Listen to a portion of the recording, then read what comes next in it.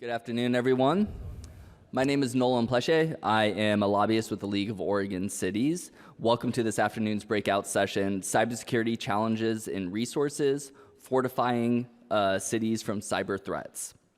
First, I would like to take this moment to introduce the sponsor of today's session, which is Ryan Daly from Upstart Cyber. Did you all have prepared remarks? I know Burke did, but yeah. Okay. So, do you want to grab the mic?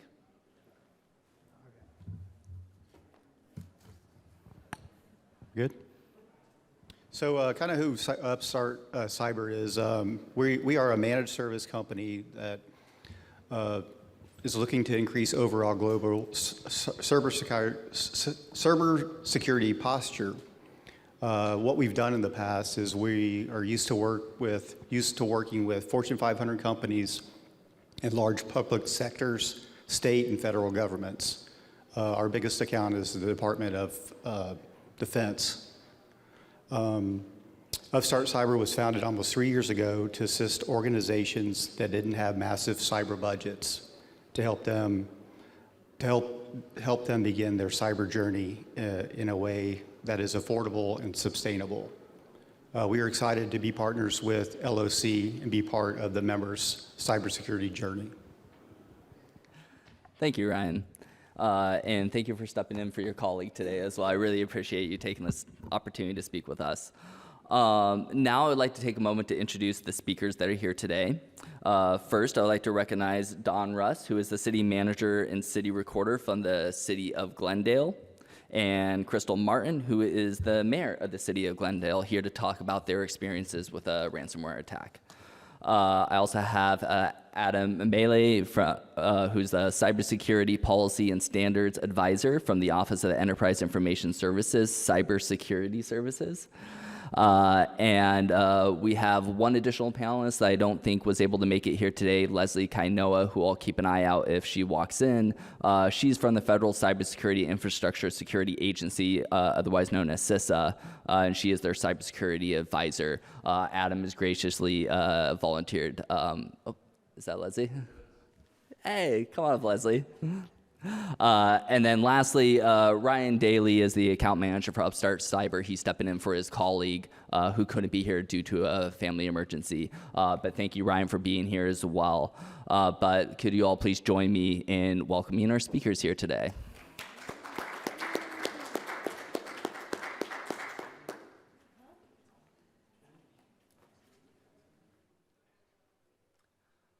All right, and first, I would like to welcome Don and Mayor Martin.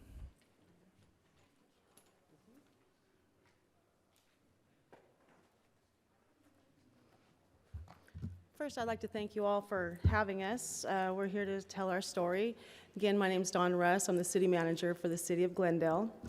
How many of you have had any experience with ransomware? Not fun, is it? I'd like to tell you a little story that happened to us, and please keep in mind when I'm telling this story, we're a small city with a population of approximately 875 people.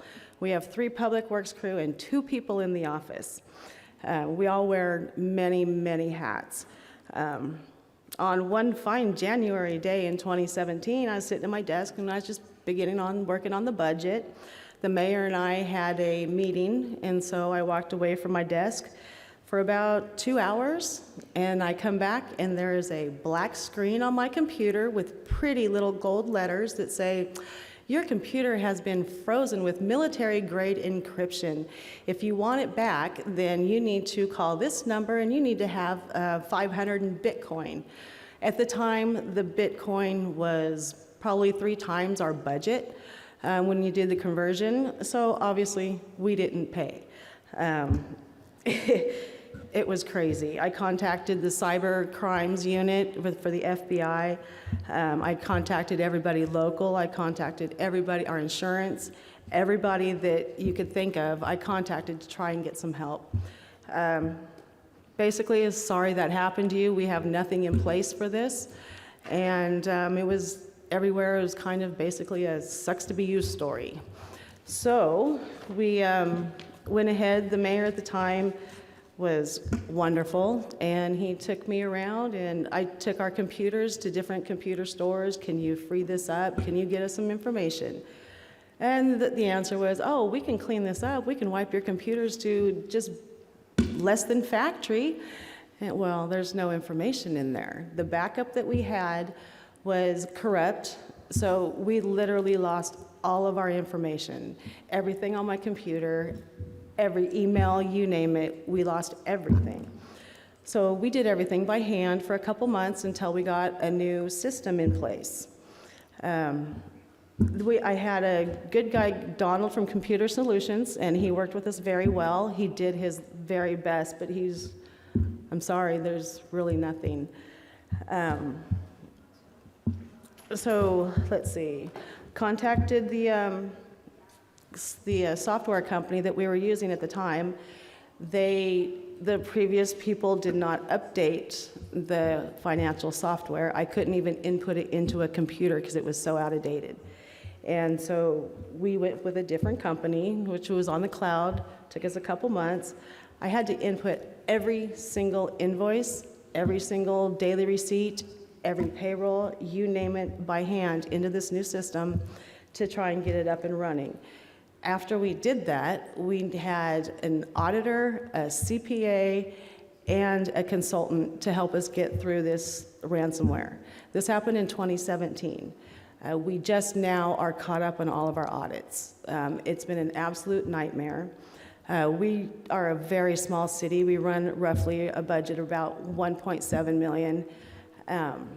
This has cost us over $500,000 just in auditors alone to get back on track and help us get our information. That's not including the CPA and the consultant and everything else that went along with it. That was just the auditors.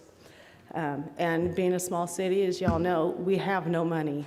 We're not for profit. We can't go and sell this or, raise this price on this. We don't have that ability. And so we are now at the point where we're trying to climb out of our hole. Wow. I don't know, every time I talk about this, it makes me want to cry, just thinking about it all over again. The former mayor did write me a note one time because I was so frustrated, and he said, in this position, there's no such thing as being caught up.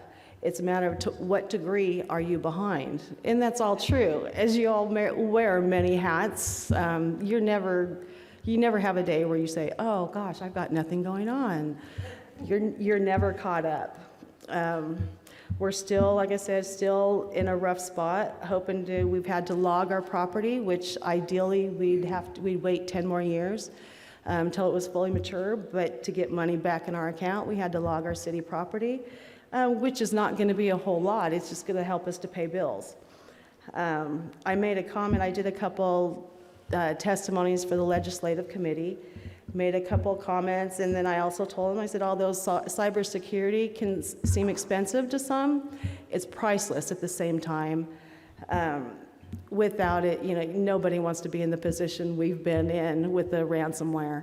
It's horrible. For some reason, a lot of people think, well, it's not going to happen to me. We're so small. Me personally, I think they probably thought they were hacking Glendale, California or something. Sorry for them, but no, it was just us. So never, ever think that it will not happen to you, because it does not matter what size. A lot of people think there just won't be a target, but neither did we. But guess what? Our small little city with about 400 households, we got ransomware. It's very important, and it is worth every penny. There wasn't a lot. There's so much available now as far as help, insurance, you name it, protection. There's so much out there, and it is, you've got to get into it, because there's people out there that are rotten and want to steal everything. I would use the lessons offered by the experts today to protect your community. And again, I tell our story because I really don't want this to I would hate to see this happen to anybody else. I can't tell you, how helpless it's feeling when you're sitting in an office with your auditors and CPA and consultants, and they say, Dawn, and you're just in tears because they hadn't been through it before either. It's tough, and the best thing that anybody can do is be prepared. And so I'm sure they have a lot of good tips and programs and everything. Just do your research and be prepared, and please be careful. And thank you, and I'll be happy to answer any questions if anybody has any, but I appreciate your time and just like to bring awareness. Thank you. Thank you, Dawn. And we will be doing questions at the end of these presentations as well, so definitely write something out if you think it out now, and we'll get to those a little bit later. Mayor Martin, did you want to say a few words at all, or? Great. Wonderful. All right, and so next is Leslie from CISA. I don't know if you want to come up here or be down there, whatever's easiest for you. I'll try to go up there and see how that works.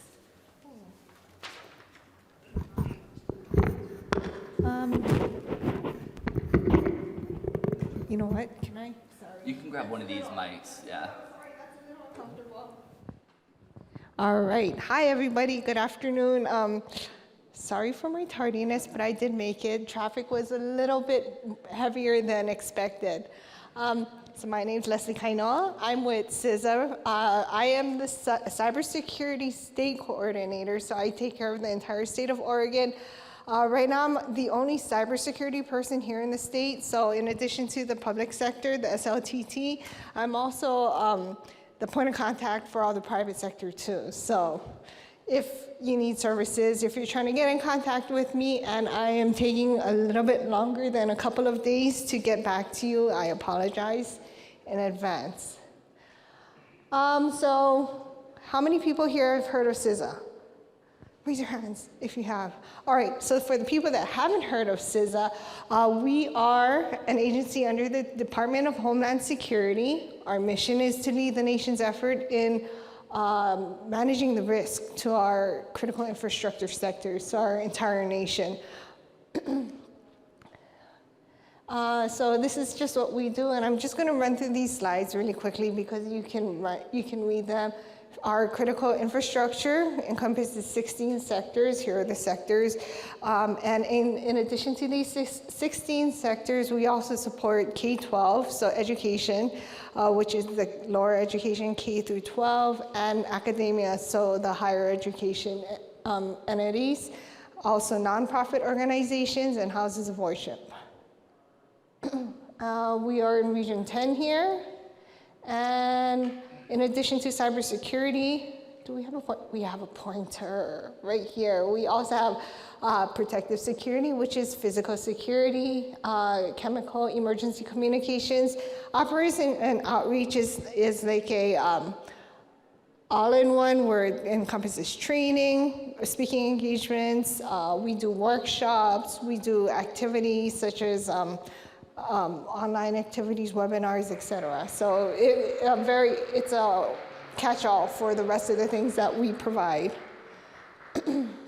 Now, as I mentioned before, I'm the cybersecurity state coordinator, but there is supposed to be a cybersecurity advisor position, hopefully within a couple of months. And I'm hearing feedback, so I'm going to move to somewhere else. Don't move this way. Okay. Oh, that's going to make it worse? All right. All right, here we go. Here's what we want to know. CISA services, right? So I encourage you to take advantage of all the CISA services. Number one, primarily because all of these services are available to anybody, any of the 16 critical state sectors for no cost. So everything that CISA provides is available at no cost. If you go to the CISA webpage at cisa.gov, cisa.gov, you'll see a very comprehensive list of what services CISA offers. It's a lot. So when you go to the website and you go down rabbit holes and you actually lose yourself and you don't find the information that you really want to find, give me a call, send me an email, and I'll help you find what you need. And so just as a high level, these are some of the services that we offer that I think would be very beneficial for every organization that has not yet started utilizing or has just begun to utilize CISA services. The very first one is vulnerability scanning. We also call that cyber hygiene or Sci-Hi scans. What this is vulnerability scanning for your external facing systems, right? So external facing IP, public facing IP addresses. What that entails is CISA Central runs these scans from their network operations center. And you get a weekly report, a vulnerability report. It's the same thing as an internal vulnerability scan, except this is for your external facing IP addresses, right? So it's something that, if you only have an internal facing vulnerability scanner, it's a little bit difficult to go outside to look at your external facing IP addresses. Well, CISA provides this service for you, so you know what the threat actors are seeing, right? Possible open vulnerabilities that could be exploited. You receive a weekly report. Sometimes that report has a lot of vulnerabilities. These vulnerabilities will also come with remediation or mitigation actions. And sometimes there's no vulnerabilities found, but you're still going to receive that report. It'll be blank, but it's a way to tell you that these scans are actively happening. They're happening weekly, and CISA is aware that you have assets that are public facing. We also offer a great number of risk and vulnerability assessments. Some of them are all-encompassing, right? So we call those cyber protective visits. We have remote vulnerability assessments. We also have process and procedural assessments, right? They're the ones based off of the cybersecurity framework, off of the NIST 853 controls. So we have a variety, a slew of different assessments. And for the cyber grant program, there is a section that, a box that you have to check that's asked if you have done your cybersecurity self-assessment. If you have questions on how to do that self-assessment, how to answer any of those questions in that self-assessment, feel free to contact me. Sometimes it's a little bit difficult to translate the requirements. I've been doing these risk assessments. I've been looking at NIST requirements for 20 years, or actually 15 years. So it's still not easy to read through, but I understand it a little bit more than I did 10 years ago. We also do a lot of web application scanning. So if you have web pages, public-facing web pages that the public accesses, this is a really good service to have. I think some of you who have heard these talks in the past, we at one point had stopped offering web application scanning.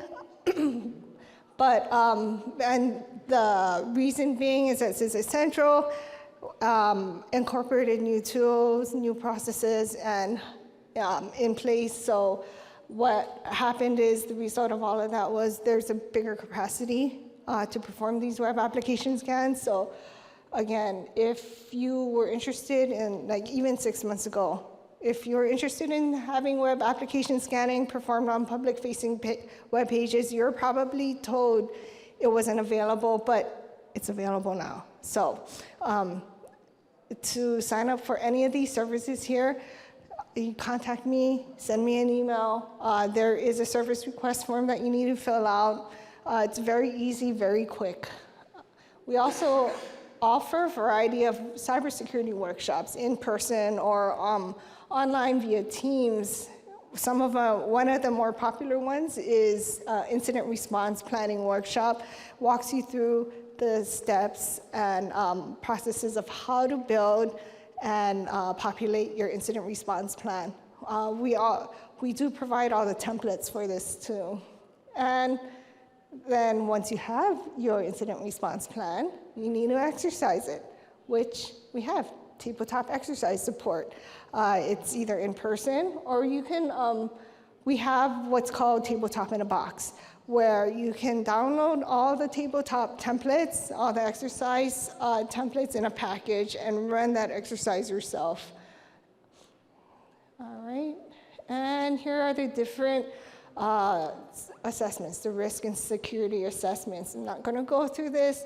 You can run through it. Just wanted to point out that the vulnerability scans is the anchor to all of these, right? So you need to sign up for vulnerability scanning, Sci-Scan, in order to qualify for any of the other CISA services. One of the assessments that I'd like to point out is the Cyber Resilience Essentials. It measures your cybersecurity processes and capabilities.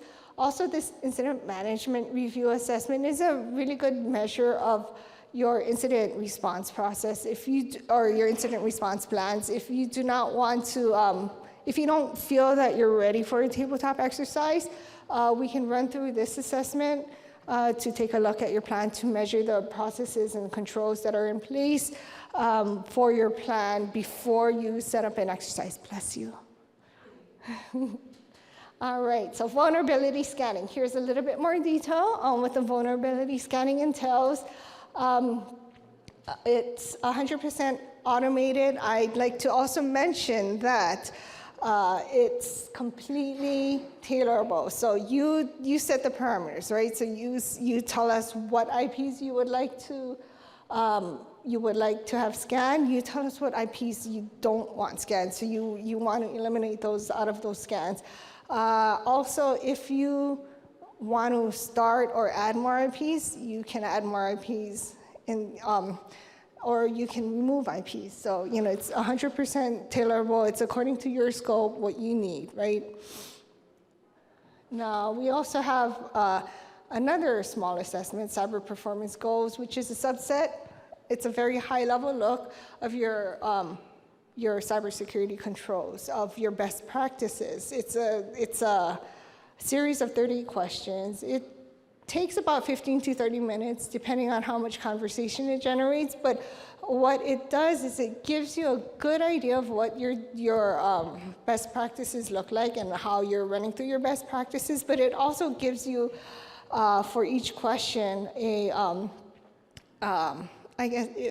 for a cost benefit, right? So it gives you an estimated cost of implementation, it gives you the impact of that implementation, and it gives you how much risk mitigation you theoretically could gain from implementing that control. So what that does is it helps you prioritize your gaps, right? So it helps you prioritize those controls that have not yet been implemented.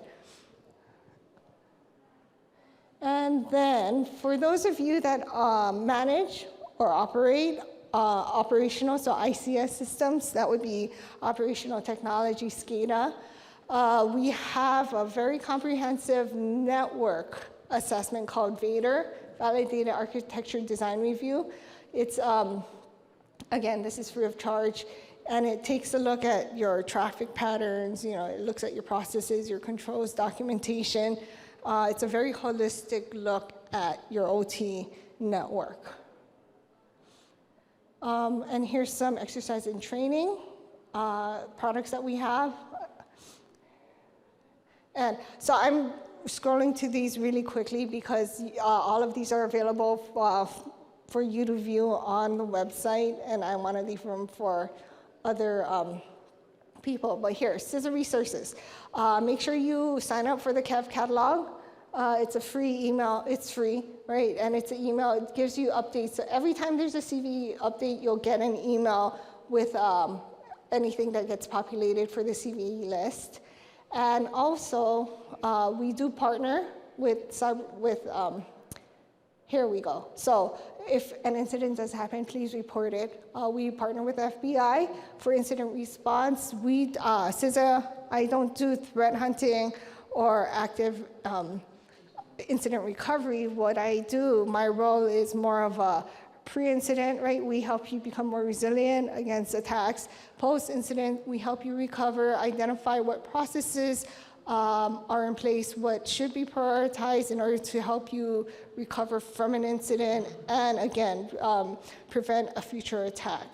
We do have the Stop Ransomware website, and right here, this ransomware vulnerability warning project, with the vulnerability scans, the information, the asset information that you give us, we have a threat hunt team that compares that information against indicators of compromise, especially for ransomware. And if data points match up to your organization, what happens is I'll reach out to you individually. I'll reach out to you informing you that there is information, right? So there's possible ransomware that is on your system, that is on your network, and here's the vulnerability information, and these are the mitigation actions. I have made 3 notifications here within the state of Oregon. 2 of those have found the indicators of compromise for ransomware. So one, I think one was actually raw ransomware, which hadn't activated yet, but they did find the indicators of compromise on one of their servers. They were able to patch that server, so even though ransomware was on that server, it wasn't activated. They didn't get ransomware essentially, right? So this is, and it's still considered a pilot, but it's a very, very successful pilot. So if you're on the wall of whether or not you're trying to decide whether or not to get that vulnerability scan, I really encourage you to do so, because if and only for the fact that we are able to catch and actively catch ransomware as it's happening. Okay, and then contact information. Ooh, I didn't check this one. Teresa Massey retired. So it's just me. I wish Teresa would come back, but anyway, any questions? That was really fast. Yes? Is this available to just government agencies or private businesses? It's available to everyone that falls within the 16 critical infrastructures, the education, nonprofit, and houses of worship. Is there a fee involved? Nope. Everything's available at no cost. It's not free. It's funded by our taxes, but it's available at no cost. I'm going to quickly step in, just let you all know. So we'll do questions and answers at the end of everybody's presentation, but we just want to make sure we get through everybody first. Leslie, thank you so much. Apologies. So much wonderful information that I really hope you all will utilize. And like she said, please feel free to contact her or talk to her after as well if you would like more information about these services. Adam, why don't you take it away? Everybody. I'm Adam Maley.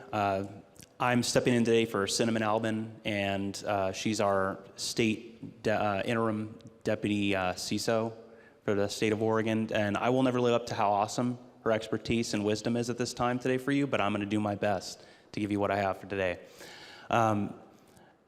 So in our approach, it's just going to go over high level here. It's cybersecurity in general. It's not just an IT issue, right? It's our business issues. It's our business processes, the impacts that it has across our agencies, and what it actually ends up entailing when we are affected by a cyber event or incident, right? Because that ties into, like this says, the people, process, and the technology behind it. What are their day-to-day operations that it's going to actually influence? And the interdependencies between all of our infrastructures, the agencies that we connect with, the services that we provide to everybody, and how we work with one another between our governments and between each other.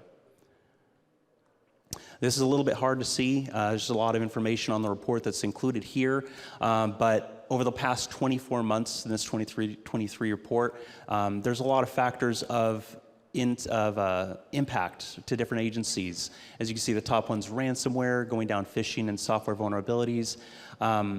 And a lot of these have that, that similar feel. You see a lot of ransomware more recently, certainly the most being phishing, software vulnerabilities, and a lot of them overlap with one another, right? You get a phishing vulnerability or phishing attempts, right? That's going to possibly lead to that click, that malicious software, or the entry point for a cyber adversary to get in and be able to affect your organization.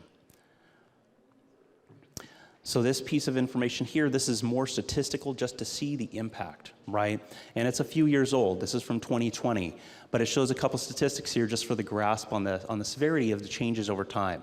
21 days has been the average downtime due to ransomware attacks. 287 days being the average days it takes a business to fully recover from an attack. $350 million overall being victim amounts paid in ransom in 2020, which is over 311% increase from the previous year. And then individually, over 312,000, the average payment in 2020 for an event, which is 171% increase. It's substantial, and that's only increased ever since. So it's certainly higher today, and it's just good numbers to see that type of impact across the environment here today for us. This piece of information is really useful. It's from our CISA partners, and it helps go over a piece of information that's implementing those most impactful kind of areas. So that's going through things that you all have heard before many times: multi-factor, prioritizing patch management, testing backups, a lot of pieces of information. It ties right into the second step there, being CISA's cybersecurity performance goals. And like Leslie mentioned before, a lot of it's tied into a lot of the industry standards, being NIST, and a lot of those frameworks that help organizations really guide through those pieces to secure those components and the organizational assets. Third being to develop a unique cybersecurity plan that leverages the NIST cybersecurity framework, because ultimately it's trying to bring all of our organizations to that same level together, and because if we leave anybody out of it, it's just going to end up being our weak point together collectively as a state. Our Cyber Disruption Recovery Plan, the CDP, this is something that we host at EIS, but it's really a whole government approach. As mentioned here, it's community driven because our group, the Cyber Disruption Plan Work Group, or CDP Work Group, really builds this from the community. It's a common framework built upon a lot of those same industry standards. It's a voluntary plan, and it really, the group kind of comes together as a organization of peers to help console with one another on best practices, recent, issues that have been going on and challenges that the organizations have had between each other, and just how they've tackled it individually to help out one another. And it helps try to leverage the resources we have together to try to bring each other up. The link at the bottom for the Cyber Disruption Plan, the end of it's not quite working, so we're trying to get that fixed, but if you would just go to security.oregon.gov, you can see right from there the cyber disruption plan's available as well. So that resource is there. This page here is a sheet of resources also available on our state page that I just mentioned. It goes through and breaks out, based on organizations, some of the areas that we provide in services, right? So from us on the left, cybersecurity services, our Office of Emergency Management, our CISA partners here at the federal level, our MSI SAC, the Oregon Titan Fusion Center here in the state, as well as Oregon National Guard. So it kind of helps to try to break that out and have the aesthetic visuals of where each of those responsibilities fall and what services can be provided. We also on the site have our services that we provide, both obligated to provide to the state for our security posture, as well as services that can be requested. And so that's also available to see for everybody for their resources. And that is all I have. Very short amount of slides, but thank you very much for your time. Thank you, Adam. Next, Ryan from Upstart Cyber.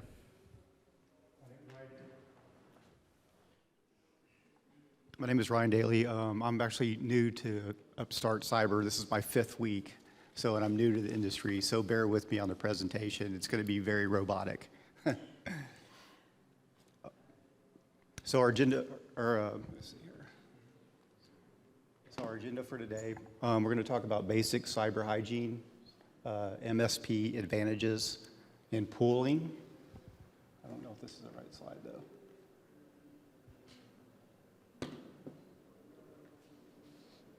Okay, yeah, perfect.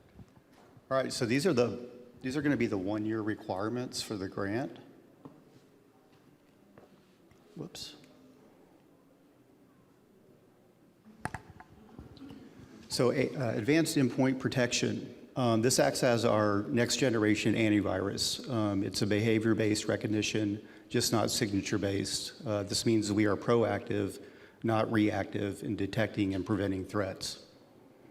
Leslie just informed me that the .org, the .gov domain is currently on hold.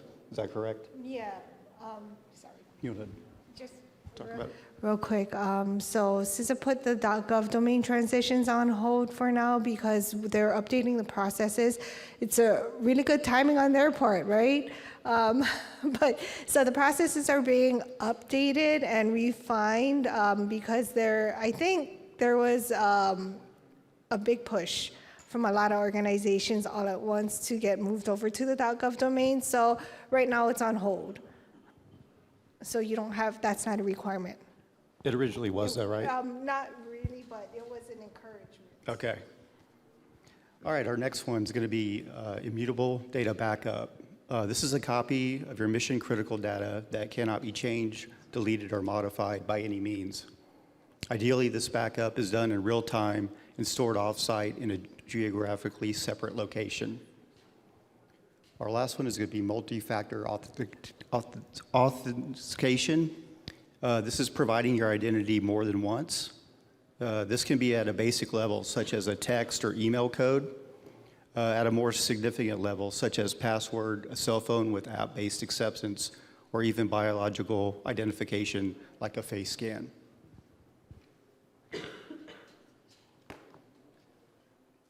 The next slide is going to be kind of a basic cyber hygiene breakdown. High cost or high impact, low cost. What we want to achieve is high impact and low cost security solutions. This means targeting the highest security gains that have the lowest cost. Security awareness. This is ensuring that your staff, employees are aware of malicious attempts to steal information. People are the most common entry point in cyber attacks, and ideally you want to provide short lessons and active phishing tests on a consistent basis are recommended. Identity and access management. This is ensuring that people have access to only what they need. The least privilege access model is the best practice. Managing and maintaining services, which are generally used by groups of people with God mode access, is key. Message filtering. This is where we are automating the removal of scam and phishing messages. This can be a basic service added, such as Microsoft Office 365 or Google G Suite at low cost. Password management. This is where we're going to enforcing password requirements to city resources. This is using a power word vault, which stores your password for you and then calls them out when needed. We talked about this a little bit, patch management. This is keeping your software updated and patched. Patches are released because of security vulnerabilities. The farther you are behind, the more known vulnerabilities you have. Most hackers are not very smart. They just repeat what a smart person did before. This is a more time-consuming task, which may require a dedicated staff or service provider. And threat monitoring. This is providing a human service that monitors activity to inspect and react to threats. A common misconception is having threat monitoring means you are covered. This is not always the case. No matter what matters most is the data that feeds the threat monitor. A service can only find threat indicators that are observed somewhere in the IT environment. The quality varies between providers.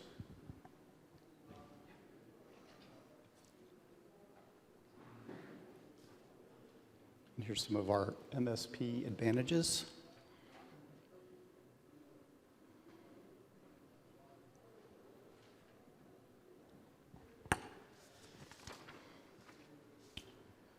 So one of our advantages is going to be lower cost, no need for expensive direct hires. You can save a substantial amount of money that will give you the same or better protection.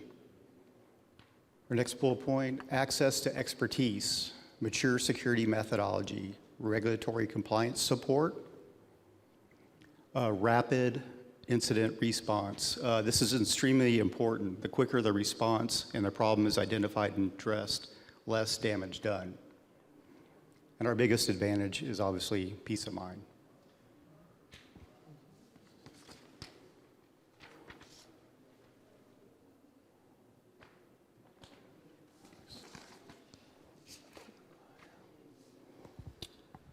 We're going to talk a little bit about pooling. This is where we team up together with shared goals, combine as a unified, manageable organization.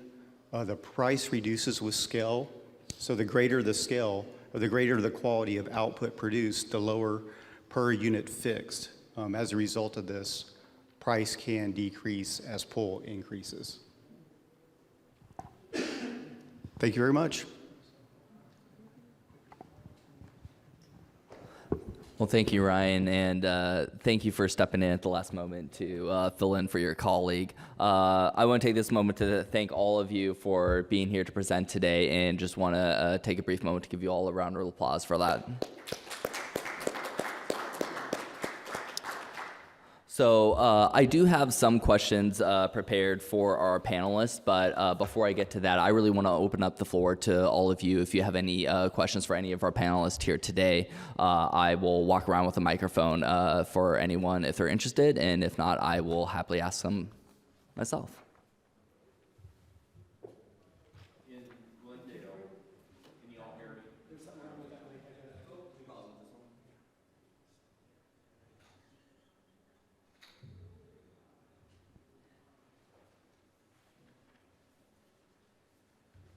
Is this on? Yep. Okay, in Glendale, so after you've recovered, what has the relationship been with CIS for coverage? Did you have to pay a lot more, and how did that all work? Do you want to grab one of the other mics? Yeah. Okay. The relationship with CIS has been great. I was in contact with him from the moment it happened, and I've kept him in the loop every step of the way. And now that we're all caught up and everything, we have really good cybersecurity protection.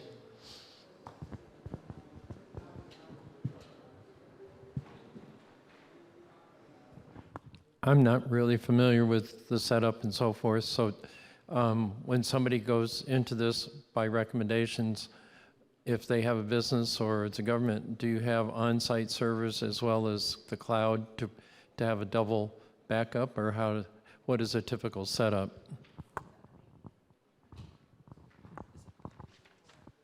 Is that for Glendale or whomever? I guess for anybody. I guess for any of you. Are you saying was like a typical cloud backup system, or the best way to back up your data or information from the city, or?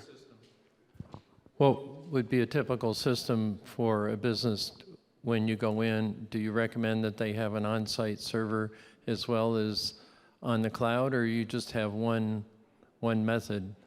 As I said, I'm not familiar with all this.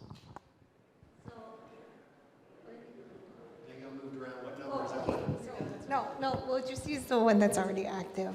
So when I make recommendations for backups. There should be a live system, right? So your production system, whether it's on-prem, whether you have servers on-site or it's in the cloud, that would be the system that you're actively using constantly and consistently. Your secondary system, your backup system, should be on a different platform. If it's on a cloud, if it's a cloud platform, let's say you're using AWS.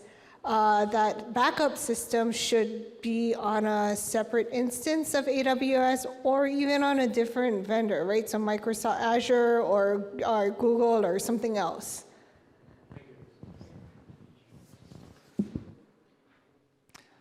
Anybody else have any questions from the crowd? All right, I'll jump in with a few of mine. So my first one is a two-part question for both Leslie or Adam. What are the most pressing cybersecurity threats that cities should be aware of and prioritize addressing? The second part is, additionally, what are the most important steps any city can take now to protect themselves against those future threats?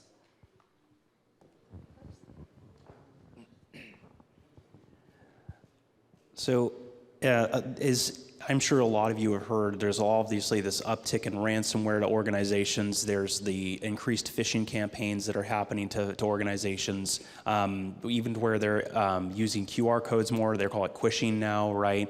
And they're trying to manipulate our interaction with technology and our human trust to utilize these systems that we inherently are used to having in our day-to-day operations, right?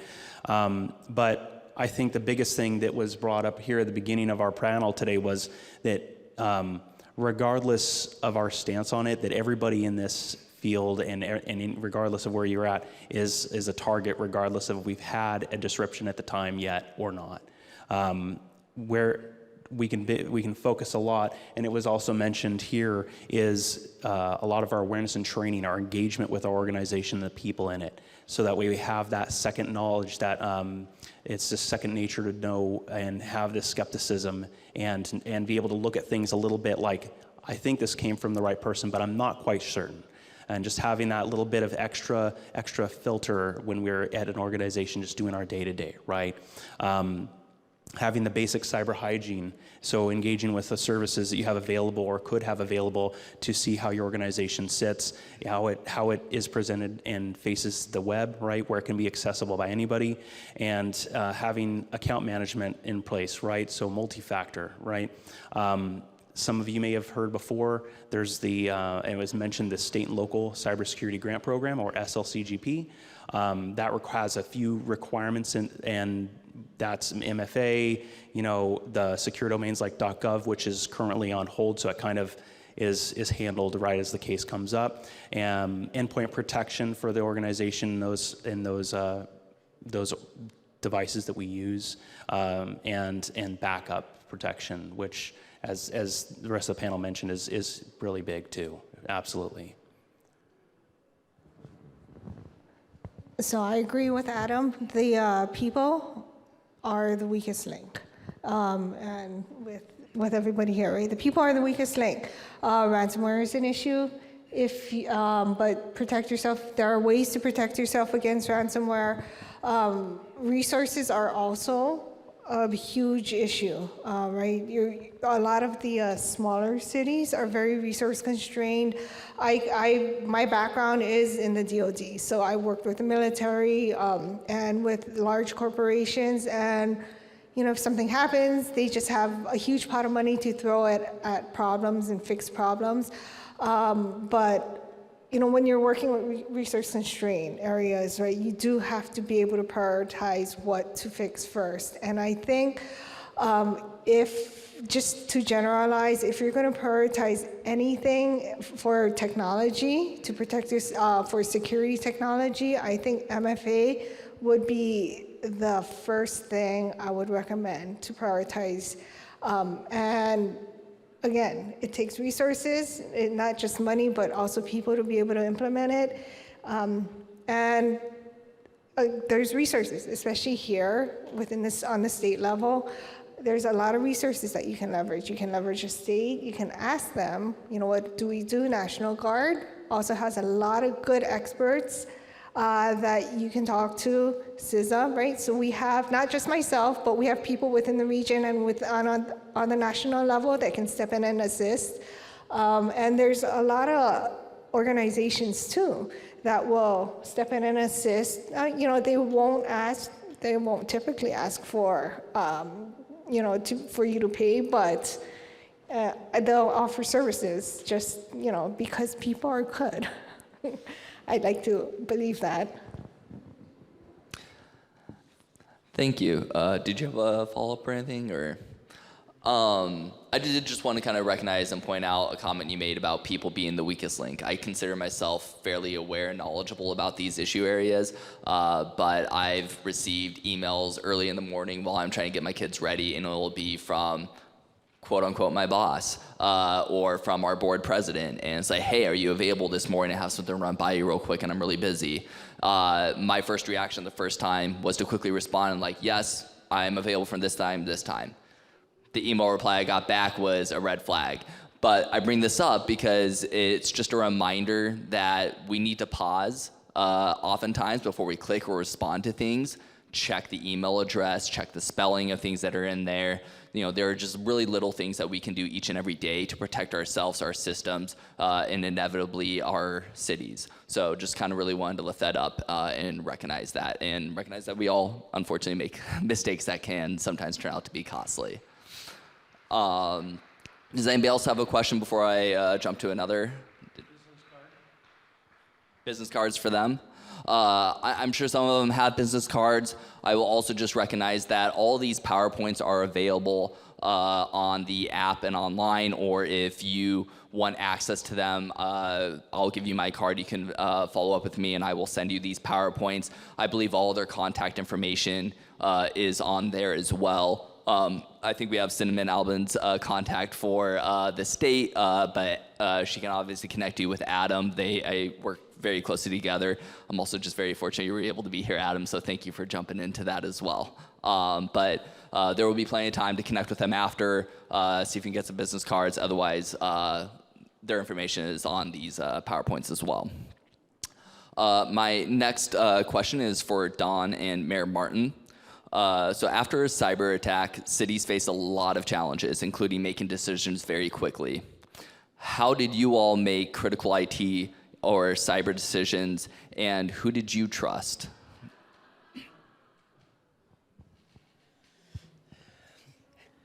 Don actually reached out to Donald from Computer Solutions, and he was someone that we trusted that was able to walk us through everything that we needed. So he was someone that we trusted to help us handle our IT situation.